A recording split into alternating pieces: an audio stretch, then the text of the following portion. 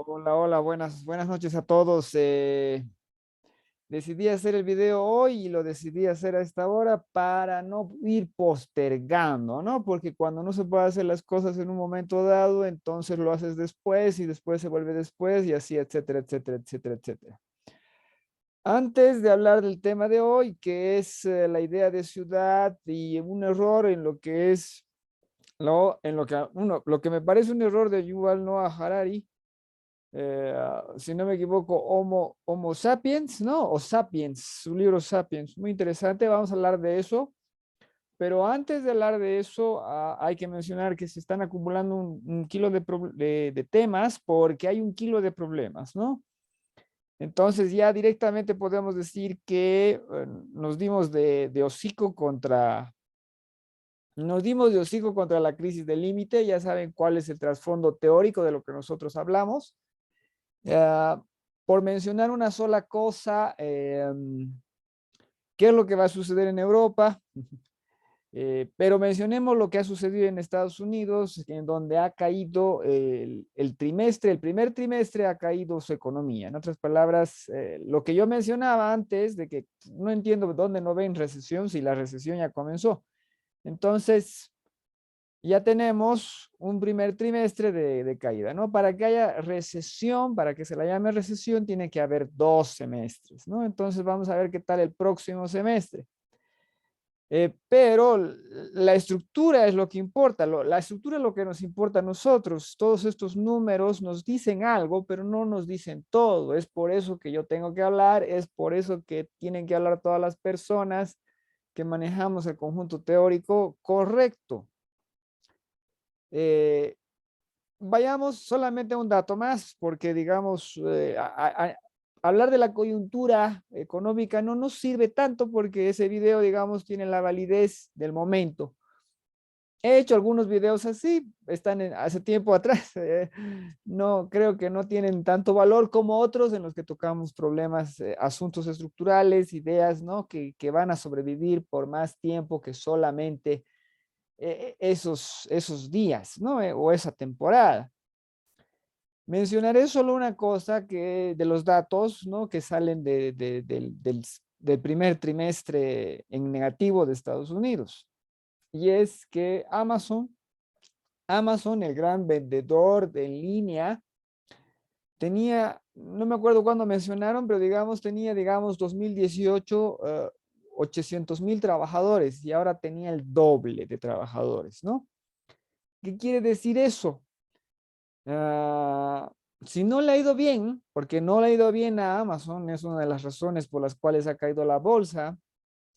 Si no le ha ido bien a Amazon, si no le ha ido bien a Netflix, quiere decir que Amazon tiene que encogerse, porque estaba creciendo, creciendo, creciendo y creció demasiado en los tiempos de la pandemia cuando la gente pedía todo por teléfono, ¿no? En Estados Unidos, no estamos hablando de las otras economías. Entonces es ahí donde tiene el problema, ¿no? Es ahí donde tiene que colapsar, tiene que haber los despidos, tiene que haber la reducción de personal. Y si estabas en 800,000 en 2018 y ahora tienes el doble, eso quiere decir que fácil puedes despedir a 500,000 y probablemente tengas que despedir más. Por mencionar un dato, gente. Bueno, vean lo que está sucediendo en las bolsas de valores, vean lo que está sucediendo. No, ya saben que no es tan útil, pero es una señal. En este momento los Estados Unidos ya no tiene por dónde salir. Tiene la opción de la hiperinflación y tiene la opción de lo que es una recesión brutal o un colapso de lo que son los bienes, ¿no? O sea, asset deflation, pero al punto de ser recesionaria. Entonces, no es que tienen la espada o la pared, sino la espada y la pared. No, vamos a ver qué sucede, pero ya el problema no puede ocultarse. No existen las respuestas, no existen respuestas posibles de lo que son los bancos centrales en ningún lado. Estamos hablando de Japón, Europa, Estados Unidos. Y bueno, entonces lo que queda es ver lo que está pasando ahora. Se parece mucho a lo que está pasando en el 2018 y no se permitió que pase el 2018, ¿no? No se permitió que suceda el 2019, porque entonces se viene el 2020 y se viene, ¿no? La gran recontra archi intervención para calmar a la economía regalando dinero, ¿no? Y ahora ya no se puede hacer ni eso. Entonces, entonces estamos otra vez en los pataleos. Y ni siquiera decir de qué es lo que pasa en la guerra nuclear, pero de eso vamos a hablar, ya saben, en otros videos más. Entonces vayamos al tema de hoy, que es esta obra de Yuval Noah Harari. Vamos a darles todo el contexto. En primer lugar, ¿de qué estoy hablando? Estoy hablando de este hombre, que a mí me gusta su trabajo. No he leído todo su trabajo. Yuval Noah Harari perdón, es un historiador, judío, ¿no? O sea, perdón, es un historiador israelita, ¿no? También judío, por si acaso. Es un historiador israelita, eh, es docente, ¿no? Docente, y él escribió un libro sumamente ambicioso que es Sapiens, ¿no? Es muy, muy bueno este libro, muy, muy divertido. Es Sapiens, una breve historia de la humanidad. Yo lo recomendaría, yo lo recomiendo. En otras palabras, ha sido un éxito de ventas. Hay razones para que haya sido un éxito de ventas. Es muy entretenido, es muy ambicioso. ¿Por qué? Porque por lo general, digamos, cuando tú estás en el mundo académico, lo que tú haces con cualquier investigación es cortar, cortar, cortar, cortar hasta lo que se puede abordar, ¿no? Entonces, las obras ambiciosas, las obras que quieren buscar abarcarlo todo, abarcar, digamos, la historia de la humanidad, por ejemplo, en este caso, son por lo general desanimadas, ¿no? No es este el tipo de trabajo eh, que- que- al que se le da la bienvenida dentro de lo que es el mundo académico, ¿no? Una historia de todo. Entonces, de que él se haya animado, de que haya tenido un enfoque particular y enfocado, concreto, eh, demuestra mucha seguridad, pero también es un producto interesante, ¿no? Por ser, ¿cómo se llama? Algo inusual, que la academia no presente estas cosas. Y por lo tanto es muy interesante, es muy divertido de principio a fin, sumamente entretenido con esto y lo otro. Pero, pero yo le encuentro un error, ¿no? Entonces, supongo que hay varios errores, ¿no? Que si digamos yo tengo que ver su trabajo, entonces le encontraría error a esto. Recuerdo que le encontraba varios, pero esos son, digamos, notas a pie de página. En cambio, hay un error grande, no un error que entra dentro de nuestra área, porque la teoría de la crisis del límite no ¿cómo se llama? Es sistema Sistema de emociones, ¿cuál es la idea? Ya, la idea de la crisis del límite es que es un conjunto teórico que se puede aplicar en cualquier tiempo y por lo tanto siempre se ha aplicado de una u otra forma, ¿no? Es mecánica de sistemas, teoría de sistemas, system dynamics, dinámica de sistemas, perdón, ¿no? Es dinámica de sistemas. Entonces, los seres humanos siempre hemos estado involucrados dentro de lo que es una dinámica de sistemas y bla, bla, bla. Y eso nos permite analizar cualquier, ¿cómo se dice?, población y ir viendo, digamos, los diversos aspectos que influyen sobre dicha población y todo ese tipo de cosas. En otras palabras, se lo puede utilizar en cualquier punto de la historia, porque es dinámica de sistemas. Entonces es un conjunto teórico que te permite, ¿no? Que te permite abordar la historia. Y entonces, desde ese punto de vista teórico, hay algo que dice Yuval Noah Harari, que está mal. Por si acaso les puedo decir que es de que hay un error, de que hay un error en la ciudad am, versus lo que es el ser humano nómada, ¿no? Porque tenemos las historias de lo que sería la humanidad en el mundo nómada y tenemos las historias de lo que es la humanidad dentro de lo que es las ciudades, ¿no? Entonces, él dice, ¿no? De que en el fondo del fondo, él se adhiere a lo que es algunas denuncias que hubo, bueno, no denuncias, sino ya saben, son trabajos de historiadores, de arqueólogos que hacen los cálculos, que hacen las medidas y dicen, la gente vivía peor en las ciudades y que por lo tanto es un error lo que es el abandonar la vida nómada. Entonces, esa es la tesis a la cual Yuval Noah Harari se adhiere. Entiendan de que este libro de Sapiens, debido a su ambición, tiene que agarrar y cubrirlo todo, haciendo uso de ideas sobre ese tipo de temas, ¿no? Lo que él nos permite hacer es dar un gran vistazo, un gran panorama de lo que es la historia de la humanidad, que con todos sus defectos, como yo les digo, les encuentro varios, con todos sus defectos sigue siendo fascinante, sigue siendo muy interesante. Entonces, vayamos a hablar este tema de lo que es, ¿no? Vida nómada versus vida de ciudad.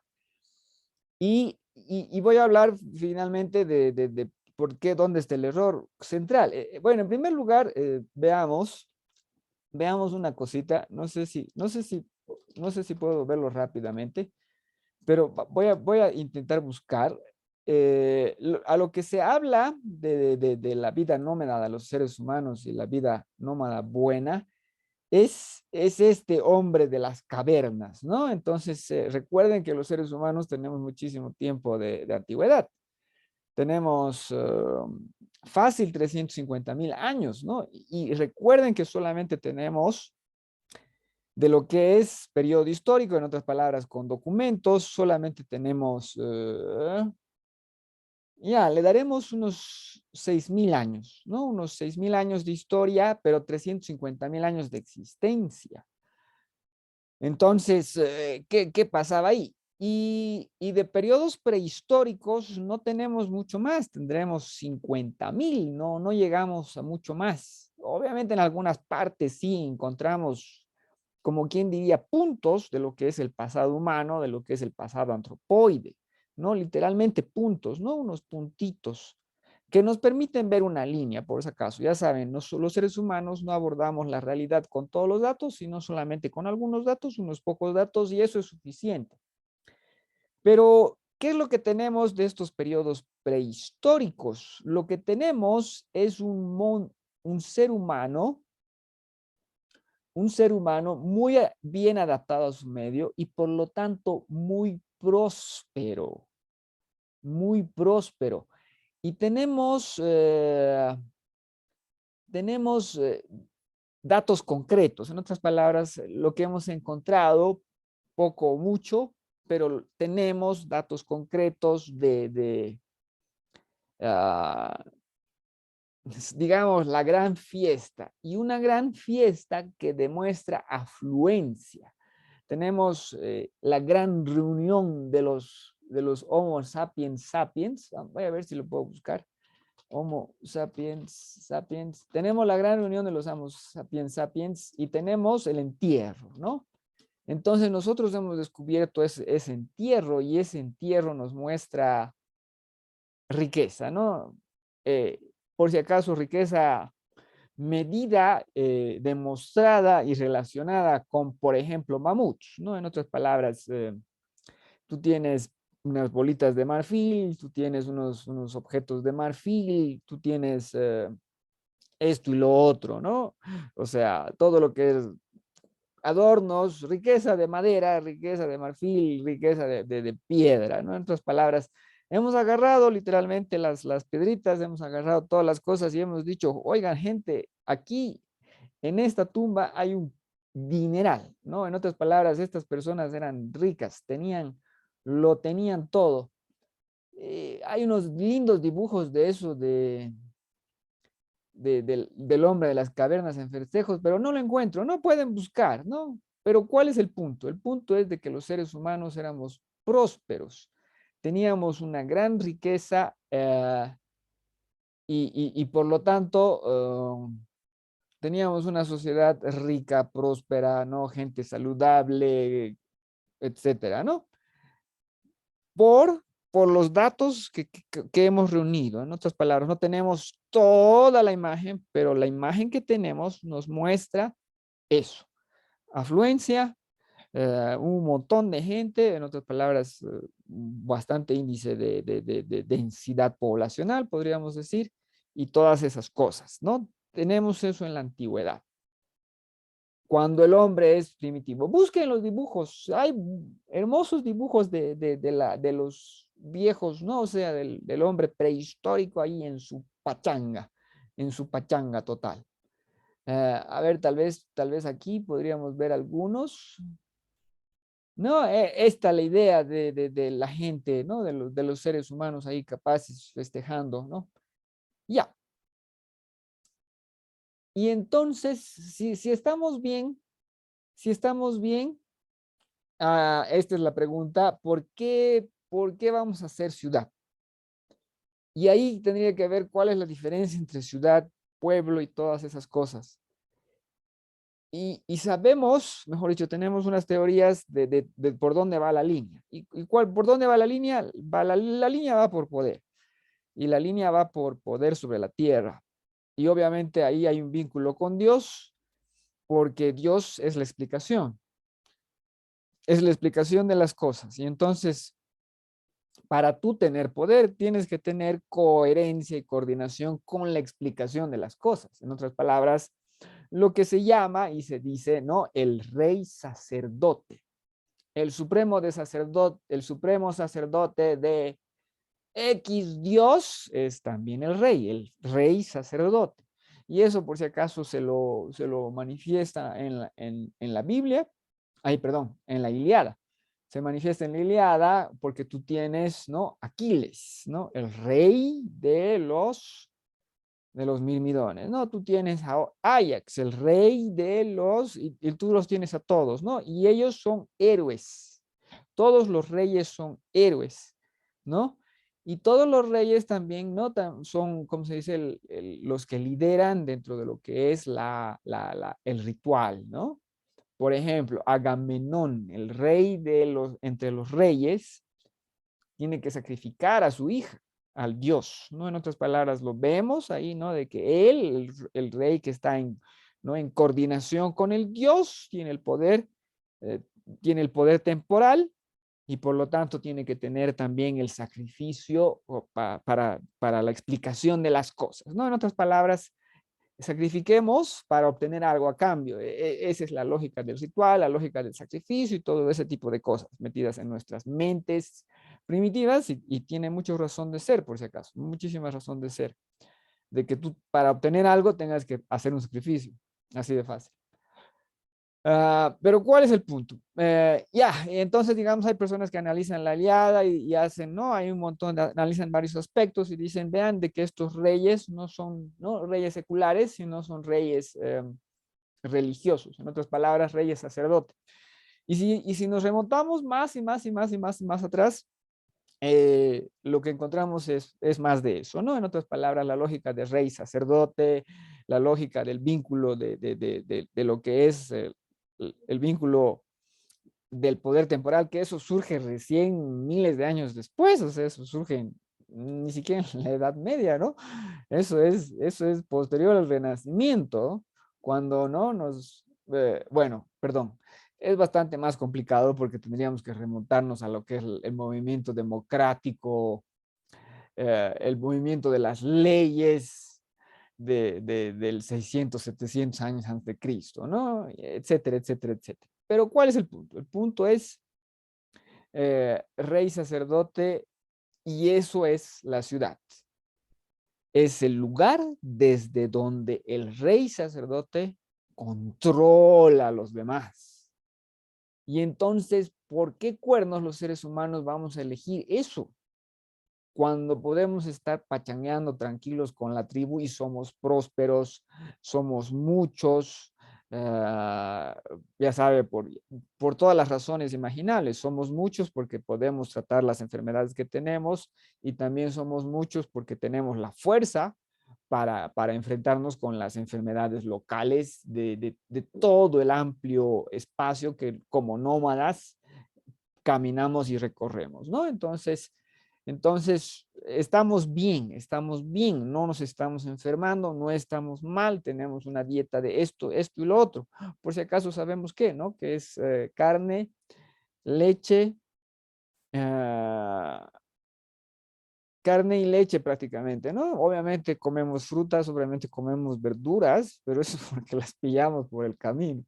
Después nuestra leche es carne y leches y ese tipo de cosas. Ok. ¿Por qué? Porque somos carnívoros, pero también somos ganaderos y somos nómadas, ¿no? Entonces ahí dando vueltas y vueltas y vueltas y vueltas. Y entonces ahí surge la gran pregunta, y no solo surge la gran pregunta, sino de que hemos encontrado una cosa bien rara. Y de ahí que esa idea, la idea de que la ciudad es una estafa versus que el nomadismo es bueno, ¿no? Esa idea encuentra un respaldo.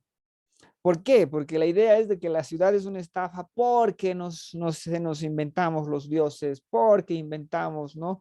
El dominio de la tierra, porque inventamos las jerarquías, ¿cómo se dice? La jerarquía, la jerarquía, no quiero utilizar la palabra feudal ni algo vinculado con eso, sino las jerarquías sociales y por lo tanto la gente de ahí abajo, ¿no? Entonces, esa es la idea que ataca a la ciudad versus lo que era el mundo de los nómadas, al cual no deberíamos haber renunciado. Esa es la tesis, la hipótesis y también es el planteamiento de Harari. Ah, y hay un fenómeno, hay un descubrimiento arqueológico, entonces les voy a mostrar tiempo, entonces está aquí, ancient, no, prehistoria. Entonces lo que hay es el descubrimiento de un templo, pero un templo de muy padre y señor mío. Es el Göbekli Tepes, es lo como se llama el lugar, ¿no? Göbekli Tepe en Turquía. El Göbekli Tepe, que bueno, por si acaso, si no me equivoco, la palabra tepe lo utilizan para cualquier monte, ¿no? De lo que sea. Pero ¿qué es lo que hemos descubierto? Hemos descubierto, bueno, mentira, o sea, se descubrió y la gente intentó hacer, ¿cómo se dice? Teorizar, ¿qué cuernos es esto? ¿Por qué? Porque es algo rarísimo. A ver, ¿de cuándo? ¿Cuál es la fecha? Vamos a ver aquí. Aquí debe haber estado la fecha ¿cómo se llama? En Wikipedia. A ver, sin ver, a ver, de lo que estaba recordando es, creo que 12.000, sí, sí, es unos 12.000, 13.000 años antes de Cristo. A ver, ya, 9.500 antes de Cristo, ¿no? 9.500 antes de Cristo. Por si acaso, la ciudad más antigua que es, bueno, o sea, la ciudad más antigua que nosotros hemos podido descubrir, ¿no? Ya, en otras palabras, la ciudad más antigua que deja restos arqueológicos que nosotros podemos abortar, esa es Catalhuyuk. Ya. Pero ¿cuál es el punto de Göbekli Tepe? Es un templo sin ciudad. Un templo sin ciudad. Eso es lo fascinante. Porque la gente asocia, como les digo, el rey sacerdote, ¿no? De que la necesidad del control de la tierra, la necesidad de explicarse el universo y que por lo tanto, más o menos ¿cómo se dice? El proceso es conjunto y de que ahí va, y de que ahí se va formando, ¿no? La necesidad de la monarquía y por debajo el pueblo y todo lo demás, ¿no? De que la idea es conjunta. Cuando lo que nos dice Göbekli Tepe es no, no, no, no, no. Se puede dar al revés, o sea, en otras palabras, se puede crear primero el templo, las sociedades tribales se reúnen y van al templo. Y después de tanto reunirse e ir al templo es que se hace la ciudad, ¿no? Pero ya en otro lado, porque queda, ¿cómo se dice? Dice Catalhuyuk, porque queda esa, ¿cómo se llama? Esos restos de un templo solamente. Ya, ahí está, ¿no? Catalhuyuk había sido de 7500 antes de Cristo, 6400 antes de Cristo. Ya, entonces Catalhuyuk es la primera ciudad. Véanla, que es fascinante su estructura, porque es un conjunto de casas puestas como ordenadas como si fuese fortaleza, por si acaso. Y hay todo, Dios mío, que hay videos de esto, fascinante, fascinante. Bueno, entonces este Gobekli Tepe es más, ¿cómo se dice? Es más antiguo que la primera ciudad. Y entonces, ¿cómo comienza el asunto? Con un templo. Por si acaso lo pueden ver aquí las reconstrucciones.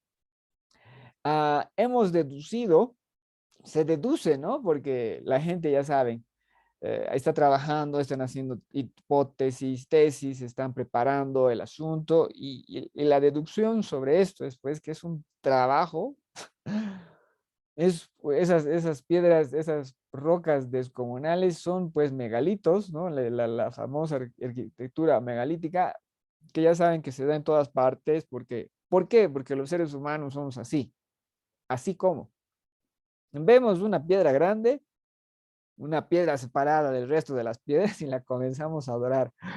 De eso tenemos pruebas, por si acaso, gente. En otras palabras, hemos visitado un montón de pueblos no, y siempre hay un pueblito y le preguntas, no, ¿y ustedes qué tienen sagrado? Y ellos te dicen, la piedrita tal. En todas partes del mundo, ¿no? Sí, en cualquier lado. ¿Y tú qué adoras? La piedrita esta, ¿no? Entonces, ¿por qué? Porque, bueno, se la puede reconocer como un pedacito, es más aproximado que la montaña, etcétera, etcétera, etcétera. Pero ¿cuál es el punto? El punto es de que hemos encontrado que esto, o sea, la deducción que podemos hacer es que es 1 kilo de trabajo, gente. Es descomunal el requerimiento laboral para que se construya esto. Y por lo tanto tiene que haber una gran, gran organización de las personas que hacen y mueven esto. Una gran organización. Esto no es algo que se pueda hacer fácilmente. Eso es lo fascinante de este Gobekli Tepe. Ya, bueno, entonces, por si acaso, a quien le interese, perdón, un segundito, voy a cerrar esto, voy a cerrar. Ahí dice, no, el primer templo de la historia. De lo que nosotros hemos encontrado, si no me equivoco, sí, así de fácil. Este es ¿cómo se dice? El más antiguo. Es increíblemente antiguo. 9500 años antes de Cristo. Y por si acaso 9, 10, 11, sí, 12500 años de antigüedad. Por ahí me estaba equivocando, 13000 años, me estaba equivocando porque estaba leyendo la antigüedad total. Ok. Y entonces, bueno, entonces aquí está todo el debate, todas las razones, toda la tesis y todo lo demás. Porque entonces tenemos con el Gobekli Tepe la posibilidad del templo sin ciudad. En otras palabras, es la idea religiosa, el ordenamiento del universo que va a estructurar lo demás. Y ya. Y aquí es donde yo entro con el pero, ¿no? Y vamos a acabar, voy a acabar explicando el pero sobre el asunto. No es, voy a dejar un segundito de compartir esto para mostrar, vamos a ir a la pizarra, voy a ver si es la pizarra vieja, es la pizarra vieja. No se toma en cuenta, está mal la idea de que el nómada,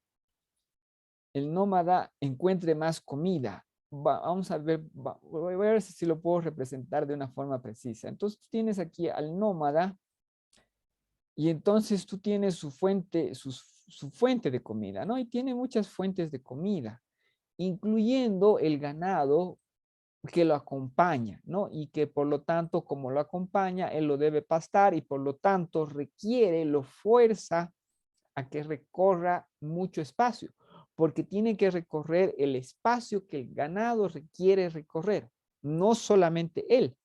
Él se come al ganado y el ganado come las hierbas, ¿no? De todo el espacio. Entonces, obviamente aquí tú tienes un gran beneficio calórico, ¿no? Un gran beneficio de calorías de alimentos. Y entonces, lo que hemos encontrado de las ciudades es de que hay periodos de hambruna, ¿no? Hay periodos hasta que logramos manejar muy bien lo que es la revolución agrícola. Tenemos periodos de hambruna, tenemos muchos muertos. En otras palabras, hemos encontrado las tumbas, hemos registrado las tumbas, hemos visto a la gente de las tumbas. Y cuando comparamos las tumbas de los nómadas versus las tumbas de los urbanos, lo que encontramos es huesitos, ¿no? Huesitos en peor estado, ¿no? O sea, los dientes no están tan bien, X o Z cosa no está tan bien y eso es lo que vemos, ¿no? En otras palabras, esta gente, o sea, la gente de las ciudades, ¿no? Vivía mejor, ¿no? Y ahí es donde tenemos ese choque teórico. Ya. Sí y no. ¿Por qué? Porque lo que tú tienes, por si acaso, esta es la conclusión, ¿no? Entonces, y podríamos obviamente darle vueltas y buscar pruebas y todo eso, que en parte se tiene hecho. Cuando tú tienes el habitante urbano, lo que hay en una buena temporada de cosecha, lo que hay es en menos espacio tú tienes una mayor densidad de proteína. En otras palabras, tú tienes más comidita acá, ¿no? En este pequeño espacio, esa es la ventaja de la agricultura versus el nómada. El nómada tiene muchísima, muchísima proteína buscándola. Eh, y digamos, ¿cuál es el argumento? ¿No? Porque tenemos, como les digo, ese es un argumento propio, propio del tema, digamos, es uno de los temas de la historia, es uno de los temas de la prehistoria, es uno de los temas que venimos hablando digamos, de lo que es la urbanización de la humanidad versus, ¿no? el mundo nómada que siempre coexiste, se puede decir, uno con el otro. Y entonces ahí, como les digo, tenemos, entre otras, la postura de Harari, que se adhiere al grupo que ataca precisamente por eso que les estoy mostrando, ¿no? Por todos los restos que tenemos que nos muestran lo bien que vivían los nómadas versus todos los restos que nos muestran lo mal que vivían los urbanos. Ya, pero yo me adhiero a la hipótesis de que la humanidad lo que hace es escoger lo mejor, ¿no? ¿Por qué? Entre otras cosas. Porque cuando vemos este asunto, tenemos que tomar en cuenta esto, ¿no? El gasto energético. El gasto energético de la persona que recorre todo ese espacio. Ese espacio te está gastando el cuerpo, está gastando lo que estás utilizando y todo lo demás. Obviamente te está dando mucho. Los seres humanos vamos a vivir como esos nómadas, como esas personas primitivas, ¿cómo es? A ver, 440.000 años, como Homo sapiens sapiens, ¿no? Entonces, no puede ser que seamos tan brutos. Tenemos que encontrar un beneficio, ¿no? Y tenemos un beneficio que nos hace prósperos. Pero, la ciudad que es fruto de lo que es la revolución agrícola, porque la revolución agrícola se da, digamos, de 12.000, creo que hay 16.000 años antes de Cristo. Ya saben, puedo equivocarme con las fechas, no importa, la idea es esa, ¿no?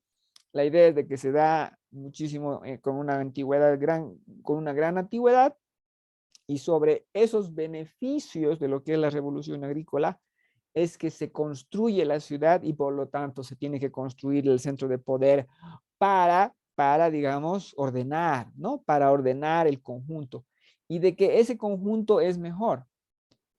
Y entonces uno de los argumentos es esto, de que hay menos desgaste energético. Ese es uno. Otra cosa es de que todo lo que nosotros hemos utilizado para la revolución agrícola dura muchísimo tiempo. Entonces, si tú tienes un periodo de escasez, un periodo de sequedad que se muestra,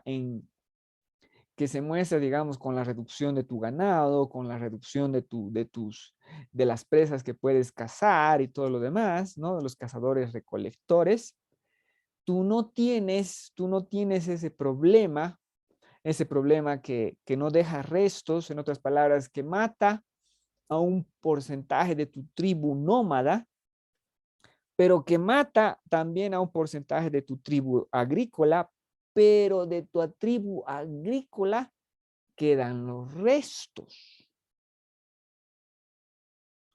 versus de la otra que se queda por ahí, digamos, ¿no? En otras palabras, todas las cuestiones de que hemos encontrado gente enferma, todo lo demás, para mí es, digamos, una lectura de afluencia, de que tienen hasta pobres, tienen suficiente riqueza hasta para tener pobres. ¿Y cuál es uno de los argumentos? Uno de los muchos argumentos es la densidad energética. Cuando tú tienes, digamos, una buena cosecha de X o Z cosa, entonces esa X o Z cosa es la base energética que va a permitir que tu sociedad exista bien, que tenga más tiempo de ocio y todas esas cosas. Por si acaso este tema no está acabado, no pretendo acabarlo, pero simplemente quería mencionarlo porque está en línea con lo que estamos hablando, viendo, y está en línea con todo lo que nos sucede a nuestro alrededor, ¿no? ¿Por qué? Porque volvemos a los viejos tiempos y pensamos y se sugiere y se dice, ¿fueron unos tontos los nómadas que se adhieren a la ciudad? ¿O es que la ciudad tenía unas ventajas sobre el nomadismo? Yo soy de la postura de que la ciudad tenía ventajas sobre el nomadismo y esta es una de las razones. Las otras tienen que ver con la capacidad de, ¿cómo se llama? Cómo el estar juntos obliga a las personas a hacer cosas. Pero ¿por qué los nómadas no lo tenían tanto? ¿No? Y ahí hay que hablar un larguísimo etcétera. Pero yo soy pro revolución agrícola, porque la revolución agrícola no va sin animales y todo lo demás, ¿no? Pero va con menos carne, por si acaso. Va con menos carne. Bueno, damas y caballeros, puede parecer un tema medio muy tangente, pero no es un tema tangencial cuando estamos viendo el colapso de nuestra civilización, literalmente. Ah, entonces, ahora nos toca elegir qué camino y todo lo demás, y por si acaso, y yo siempre digo, y lo vuelvo a repetir ahora, ah, que en este momento somos tan idiotas, Dios mío, que los niveles de idiotez a nivel, sobre todo entre los países ricos, Dios mío, que parecen no tener frontera, ¿no? Parecen no tener techo, o sea, van y más allá. Lo que está pasando en Ucrania es el mejor ejemplo de eso. Bueno, nosotros precisamente somos tan idiotas, tan abismalmente idiota, nuestra cultura es tan deforme, tan decadente, ah, todas esas cosas precisamente porque hay un exceso un exceso de riqueza descomunal que cuando desaparezca como está desapareciendo en estos momentos, cada día está desapareciendo, ahora sí que sí. Bueno, seamos sinceros, desde hace tiempo que desaparece cada día, pero ahora sí se nota. Ok, gente.